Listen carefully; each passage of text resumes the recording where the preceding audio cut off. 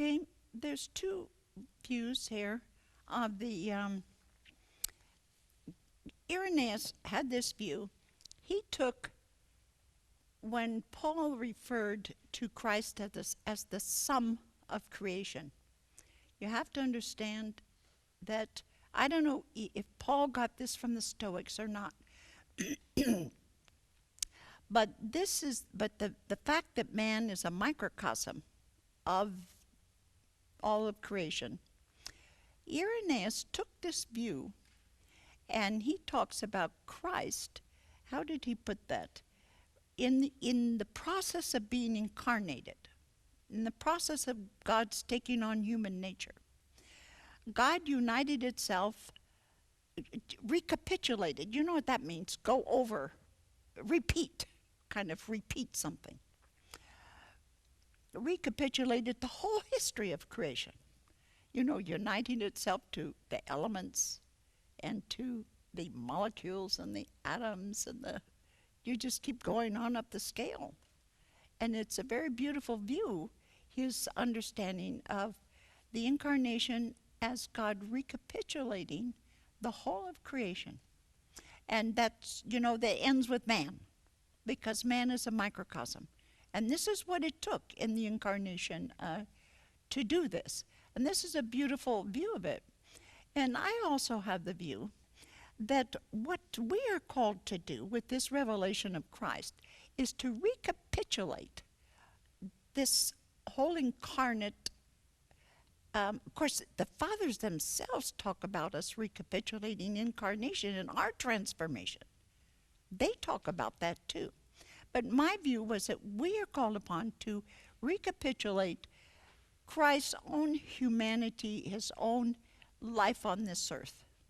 And as far as I'm concerned, Jesus' life with God. We have to recapitulate his spiritual life.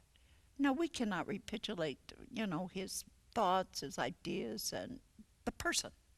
What makes for differentiation is the person. We cannot recapitulate any of that.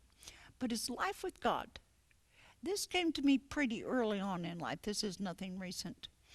That I've often said, when we catch up to that, come into that unitive state, we have caught up with the incarnate Christ on earth. This was Jesus's experience of God on this earth.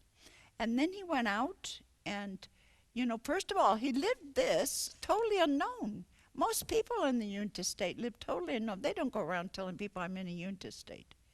If I know my mother was in that state when I was born. If I had told her she was in a unitive state, what they call unitive state, she would just poo-poo the whole thing. She wasn't into any of this spirituality, didn't know a thing about it. And if I had said, oh, you reached that state that St. Teresa talks about, poof, it meant nothing to my mother. And she knew God within. Wow. I tell you, she was God talking, as far as she was concerned. But, she said, God gave me to know. She would always say that.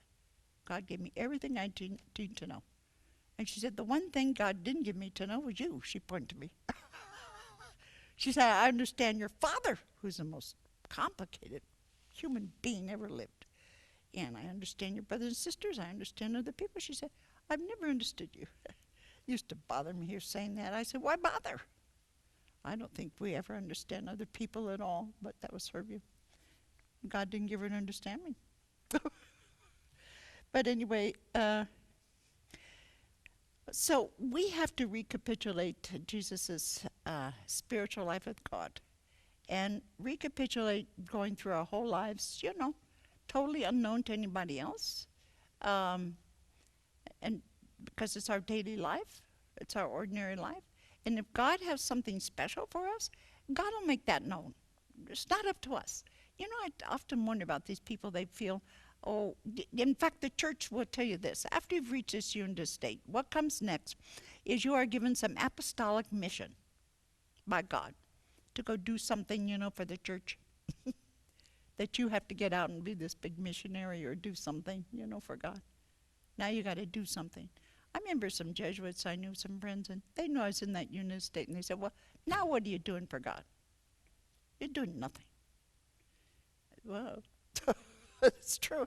I never felt any mission in my life. I don't buy any of that stuff. But if God has something that for us to do, or how can I say it? You know, I was very much at home, just with my kids, just living with God. That was a good life. That's a good life. Just living it out with God. I can't think of a better life.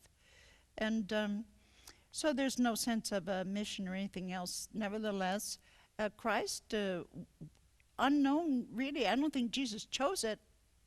But when he was outed, you might say, by John the Baptist, about him being this great person and baptizing in the Spirit and this kind of thing. And I don't know that Jesus baptized anybody.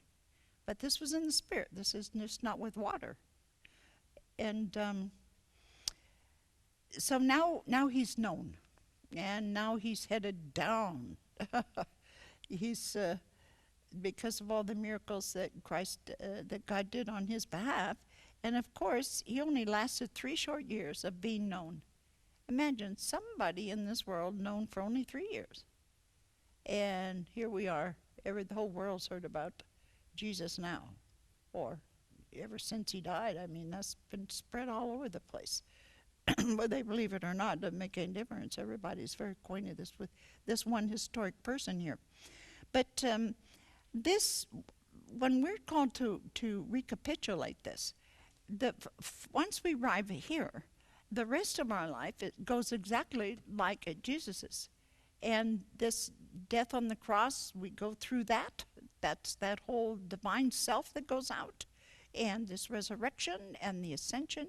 This is the way it goes for every human being. That's the revelation of Christ, that all become Christ. So we recapitulate his spiritual journey, his interior journey. As I said, we don't. What we ask for is Jesus's love of God. We don't love Jesus. What we want is his love of God. Well, you can love Jesus too, as far as that goes. But what we want is his enormous love of God, his enormous trust, his faith. We want his faith, his trust, his love of God, his guts. Whatever this is, I mean, the best thing in him, we have to find that and recapitulate that in ourselves. It's not that we're looking to some man to do this for us, but he was a tremendous example of how we are supposed to have our faith in God. You don't put your faith in anybody, but only God. You don't love anybody. Well, you can love everybody in that sense. But I mean, this is the whole love of your life is Almighty God. It's focused there. You don't trust other people in your life. You really trust God for this. And that's where he was. And we have to recapitulate that as the great example for us, the model. But so people, when they think that he himself was Christ, well, we have no indication that he ever understood Christ. And this is what he said, though. When Peter declared him to be the Christ, Peter's the only one, apart from, I think, it's Pilate that asked him, "Are you the Son of God?" Something like that, and which he could not deny that. He said, Peter, flesh and blood